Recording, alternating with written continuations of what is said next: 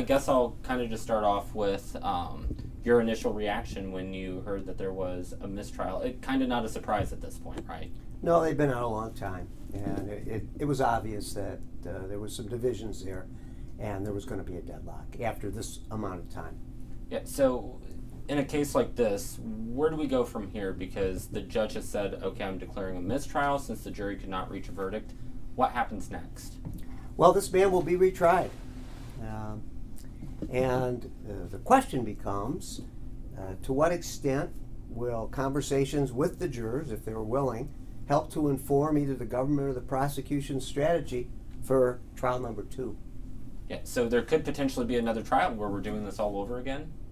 There will be another trial because in a case of this magnitude with civil unrest and the government's prosecution of a police officer for second-degree murder, there will be no plea agreement reached. Okay, that's something that could perhaps be significant. I guess I also kind of want to ask you too, when we get to a point where it's day after day with deliberations, the jury kept coming back saying, hey, we're deadlocked. The judge can only do so much, right? Because she kept telling them, go back and deliberate, but at that point, it's not like she can tell them really what to do, or each juror has to come to their own conclusion, right? No, that's the beauty of the jury system. The nature of the deliberations are private. They're sacrosanct, and the judge can't invade that. The judge can invite them to ask questions that they may have in the jury room to try to help them work through things that they're struggling with, but it didn't appear that the jury was troubled by the instructions or had questions.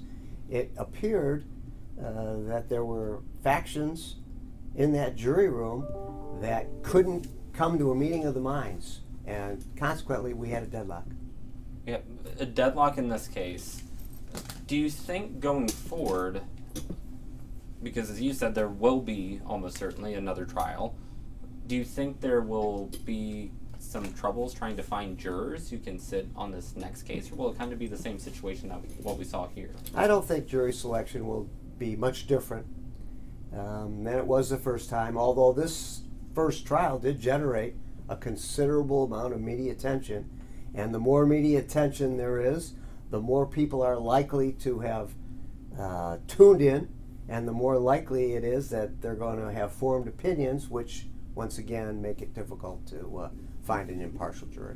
Well, and let me ask, because it's important to note, obviously, you're not associated with this case in particular, but I guess kind of what, can you kind of give us a sense of what is going through the minds of the prosecution and the defense right now? Well, the defense probably is disappointed but relieved because Mr. Schurr has not been convicted of anything, accused of murder, lesser offense of voluntary manslaughter, and the jury can't reach a verdict. So he hasn't been convicted. For the government, I'm sure that they're incredibly disappointed and that they wanted a verdict, and there's been a lot of pressure on the government to get a verdict, and they weren't able to achieve that. Well, and when we're talking about a few different potential outcomes in this case, we had second-degree murder, voluntary manslaughter, and a full-on acquittal.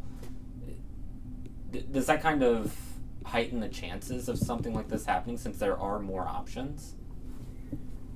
This is a case that had peculiarities. You had a police officer charged with murder. Our law in Michigan doesn't really address the standard for a police officer when acting in self-defense. There was a lot of testimony in this case pertaining to the police officer's training, and there was experts who opined that he acted reasonably or unreasonably. And in my view, this kind of testimony in this case comes perilously close from invading the province of the jury, because the jury is the one who has to decide ultimate issues of fact. And I suspect that going forward, some of these issues about the extent to which experts can offer opinions may be the subject of litigation before the next trial, even in the Court of Appeals of the Supreme Court. Well, and that kind of leads into another question that I had. What kind of differences could we see in a second trial? Well, it all depends. If either the government or the defense seeks interlocutory relief from the appellate courts on issues that were decided against them during the first case, that could change the dynamic. And we'll just have to wait and see what the lawyers decide to do as they move forward. I suspect, because there will be another trial, that it won't be the same trial. Both sides will attempt to make adjustments to be more persuasive with respect to their positions. It's, in a weird way, it's kind of like what we see in sports when teams play each other again. You have to make those adjustments, right? I think adjustments will be made, and of course, the government has the benefit of Mr. Schurr's testimony. And before the first trial, the government heard Mr. Schurr's under oath sworn statement about what happened for the first time in court. And that's always a difficult situation. Well, that's no longer the case. Yeah, I guess my final question to you, well, Ray wants to know, can they just not have a second trial with no plea deal in a case like this? The government would need to dismiss the charge, and the government, I'm quite sure, will not in any way do anything to dismiss this case, nor do I believe, based on what I know of the case, that there will be any type of an agreement going forward, which says to me there will be a second trial in this case. My final question for you, with all the publicity surrounding this, how could that impact things going forward? Well, once again, in our system of justice, jurors have to come into the case and be impartial and render a verdict based solely on the evidence. The more extraneous noise that you get, the harder it becomes for the lawyers during the voir dire process to find jurors who are impartial and can render a verdict with regard to just the evidence and disregard what they may have seen or heard. All right, Mr. Levine, anything else you want to add? Anything I might have missed? No, I think you've got it. All right, Ray, were there any questions you had? So in my limited knowledge, Sure. I've always heard that a defense attorney doesn't hate to see a hung jury, and that helps kind of increase their chances of getting a not guilty verdict the next time around. Is there any truth to that, or sort of like, I guess, opine on that for us a bit? I mean, it's a really vaporous kind of moment that we're in right now. Every case is different. As I say, I'm sure the defense is disappointed that there is no verdict. On the other hand, Mr. Schurr walked out of that courtroom this morning a free man, and had the jury convicted him of murder, he'd be in custody right now. Do you think that having a second trial affects either the defense or the prosecution in any sort of way? I guess, does retrying this hurt one side or the other? I think both are equally at an advantage and a disadvantage. For the government, they've seen Mr. Schurr's testimony. They can tailor their case accordingly. For the defense, they've had a preview of the government's case, and they can do the same.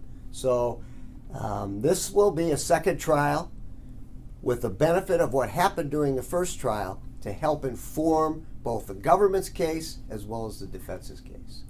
And then as far as the jury's concerned, they can speak to either the government, the defense, the news if they want to.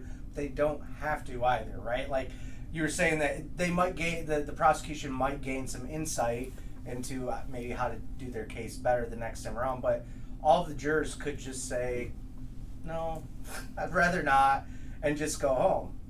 Once a jury is discharged, which they were after the declaration of this trial, they are free to either talk to the government, to the defense, or neither.